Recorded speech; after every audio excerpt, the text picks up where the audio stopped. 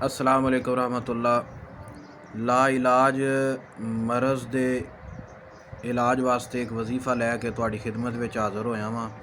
जिहड़े लोकां नूं डॉक्टरां हकीमां दमां वालियां ने जवाब दे दिता होवे कि मरज़ ख़त्म नहीं हो सकदी, उन्हां मरीज़ां वास्ते मैं एक ऐसा अमल लैके आया वां। अगर तुसीं इह वाला वजीफ़ा करो तो इंशाअल्लाह ताला जल्दी सेहतयाब हो जाओ। तो शरत ये वे कि जिवें मैं वजीफ़ा दसां उस तरतीब नाल वजीफ़ा करो।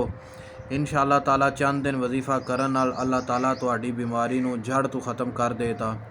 करना की है कि सूरत फातिहा जिहड़ी है 41 वारी हर नमाज तो बाद पढ़ के पानी ते दम करके ओह वाला पानी जिहड़ा तुसां पीना है, इंशाअल्लाह ताला मरज़ जड़ां तो ख़त्म हो जाए थी। जिन्नी भी सख्त बीमारी होवे, जिड्डी भी डाढ़ी मरज़ लग गई होवे, अगर तुसीं इह वाला वजीफ़ा करो इंशाअल्लाह ताला चंद दिन अमल करन नाल तुसीं बिल्कुल तंदरुस्त हो जाओ। तो डॉक्टरां हकीमां दमां वालियां तो तुहाडी जान छुट जाए थी।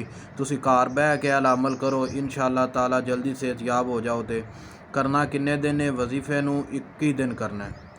सूरत फातिहा 41 वारी हर नमाज तो बाद 21 दिन पढ़ के पानी ते दम करके वो पानी पियो।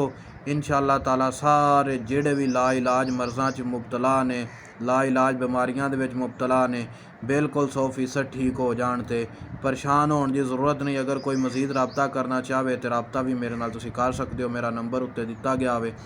यह पंजाबी च वजीफ़ा बयान करने की वजह ऐसी कि कुछ लोगों ने इसरार किया है कि तुसीं पंजाबी विच कोई वजीफ़ा बयान करदे पिया करो। उर्दू की कुछ लोगों को समझ नहीं आती, जिहड़े बिल्कुल अनपढ़ बंदे ने, चिट्टे अनपढ़ बंदे ने। अस्सलाम वालेकुम रहमतुल्लाह।